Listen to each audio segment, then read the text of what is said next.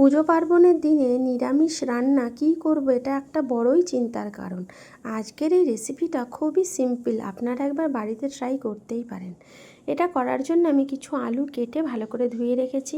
কড়াইতে সাদা তেলে কালো জিরে আর হিং ফোড়ন দিয়ে আলুগুলো ভাজতে দিয়ে দিয়েছি।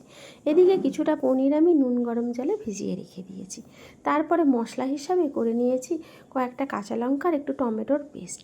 আলুগুলো ভালো করে ভাজা হয়ে গেছে, এর মধ্যে আমি নুন দিয়েছি, হলুদ কিন্তু দিইনি। তারপরে টমেটো আর ওই কাঁচা লঙ্কার পেস্টটা দিয়ে দিয়েছি। আলুগুলো ভালো করে নরম হয়ে গেছে, নেড়ে চেড়ে জল দিয়ে দিয়েছি। ওপর থেকে দিয়ে দিয়েছি ওই ভেজানো পনিরগুলো। নুন মিষ্টিটা আপনারা আপনাদের টেস্ট অনুযায়ী দেবেন। ঝোলটা আমার ফুটে গেছে, ওপর থেকে দিয়ে দিয়েছি চেরা কাঁচা লঙ্কা, ধনেপাতা, কসুরি মেথি, ঘি আর গরম মশলা। তারপর একটু ভালো করে ফুটিয়ে নিয়েছি। তারপর এটাকে স্ট্যান্ডিং টাইমে রেখে দিয়েছি। আচ্ছা, এর সাথে গরম গরম ফুলকো ফুলকো লুচি না হলে কি আর চলে? তাই আমি কয়েকটা লুচিও ভেজে নিয়েছি। নিরামিষ দিনে আপনারা এটা ট্রাই করতেই পারেন।